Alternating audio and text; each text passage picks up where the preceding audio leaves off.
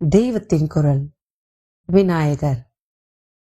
தமிழ்நாட்டின் தனிப்பட்ட சிறப்பு எங்கு பார்த்தாலும் பிள்ளையார் கோவில்கள் இருப்பதே ஆகும். கோயில் என்று பெயர் வைத்து விமானமும் கூரையும் போட்டு கட்டிடம் எழுப்ப வேண்டும் என்பது கூட இல்லாமல் அரச மரத்தடிகளிலேயே கூட வானம் பார்க்க அமர்ந்திருக்கும் சுவாமி நமது பிள்ளையார். தெருவுக்கு தெரு ஒரு பிள்ளையார் கோவில், நதிக்கரைகளெல்லாம் பிள்ளையார், மரத்தடிகளில் பிள்ளையார் என்றிப்படி இந்த தமிழ் தேசம் முழுவதும் அவர் வேறெந்த சுவாமிக்கும் இல்லாத அளவுக்கு இடம் கொண்டு அருள்பாலித்து வருகிறார்.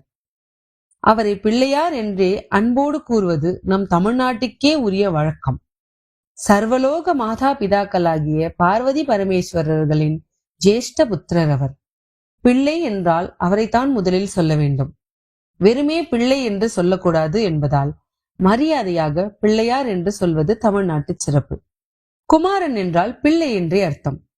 பாரத தேசம் முழுவதிலும் குமாரன், குமாரசுவாமி என்றால் பார்வதி பரமேஸ்வரர்களின் இளைய பிள்ளையாகிய சுப்பிரமணியரையே குறிப்பிடும்.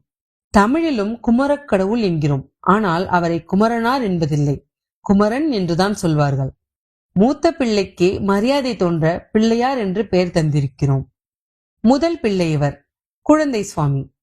ஆனாலும் இவரே எல்லாவற்றுக்கும் ஆதியில் இருந்தவர். பிரணவம்தான் எல்லாவற்றிற்கும் முதல். பிரணவத்திலிருந்து சகல பிரபஞ்சமும் ஜீவராசிகளும் தோன்றின. அந்த பிரணவத்தின் ஸ்வரூபமே பிள்ளையார். அவரது ஆணைமுகம், வளைந்த தும்பிக்கை இவற்றை சேர்த்து பார்த்தால் பிரணவத்தின் வடிவமாகவே தோன்றும். குழந்தையாக இருந்து கொண்டே ஆதி முதலின் தோற்றமாக இருக்கிற பிள்ளையார் குழந்தை போல் தோன்றினாலும் பக்தர்களை ஒரேடியாக கை தூக்கி உயர்த்தி விடுவதிலும் முதல்வராக இருக்கிறார். ஔவை பாட்டி ஒருத்தியின் உதாரணமே போதும். ஔவையார் பெரிய கணபதி உபாசகி. பிரணவ ஸ்வரூபியான விநாயகரை பூர்வ மத்தியில் தியானித்து கொண்டு ஔவையார் யோக சாஸ்திரம் முழுவதையும் அடக்கியதான விநாயகர் அகவலை பாடியிருக்கிறாள். அதை பாராயணம் செய்தால் பரமஞானம் உண்டாகும். இந்த ஔவையாரை பற்றி ஒரு கதை உண்டு. சுந்தரமூர்த்தி சுவாமிகளும் சேரமான் பெருமாள் நாயனாரும் கைலாசத்துக்கு புறப்பட்டார்கள். அவர்கள் ஔவையாரையும் உடன் அழைத்து போக எண்ணினார்கள். அப்போது ஔவை விக்னேஸ்வரருக்கு பூஜை பண்ணி கொண்டிருந்தாள். சீக்கிரம் பூஜையை முடித்து தங்களுடன் கைலாசத்துக்கு வருமாறு சுந்தரமூர்த்தியும் சேரமானும் அவளை அவசரப்படுத்தி அழைத்தார்கள். அவளோ, நீங்கள் போகிறபடி போங்கள், உங்களுக்காக நான் என் பூஜையை வேகப்படுத்த மாட்டேன். விநாயக பூஜையே எனக்கு கைலாசம் என்று சொல்லிவிட்டாள். அவர்கள் அப்படியே கிளம்பிவிட்டார்கள். ஔவை சாங்கோபாங்கமாக பூஜை செய்து முடித்தாள். முடிவில் பிள்ளையார் பிரசன்னமாகி அவளை அப்படியே தம் துதிக்கையால் தூக்கி ஒரே வீச்சில் கைலாசத்தில் கொண்டு சேர்த்து விட்டார்.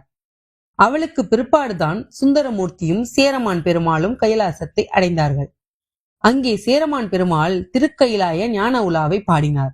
இதை அருணகிரிநாதர் திருப்புகழில் ஆதரம் பயில் ஆரூர் தோழமை சேர்தல் கொண்டவரோடே முனாலினில் ஆடல் வெம்பரி மீதேறி மா கையிலேகி ஆதி அந்த உலா ஆசு பாடிய சேரர் என்பதில் சொல்லாமல் சொல்கிறார். அப்படிப்பட்ட சேரராண்ட கொங்கு தேசத்தில் உள்ள பழனியில் இருக்கிற பெருமாளே என்று பழனி ஆண்டவனை பாடுகிறார். சுந்தரரும் சேரமான் பெருமாள் நாயனாரும் கைலாசம் சேர்ந்ததற்கு இப்படி குமாரசுவாமியின் சம்பந்தத்தை உண்டாக்குகிறார். மூத்த குமாரரான பிள்ளையாருக்கோ ஏற்கனவே அந்த சம்பவத்தில் சம்பந்தம் இருக்கிறது. அந்த 2 பேருக்கும் முன்னதாக ஒரு சொடக்கு போடுகிற நாழிகைக்குள் அவர் ஔவை பாட்டியை கைலாசத்தில் சேர்த்து விட்டார். பெரிய அனுக்கிரகத்தை அனாயாசமாக செய்கிற சுவாமி விக்னேஸ்வரர்.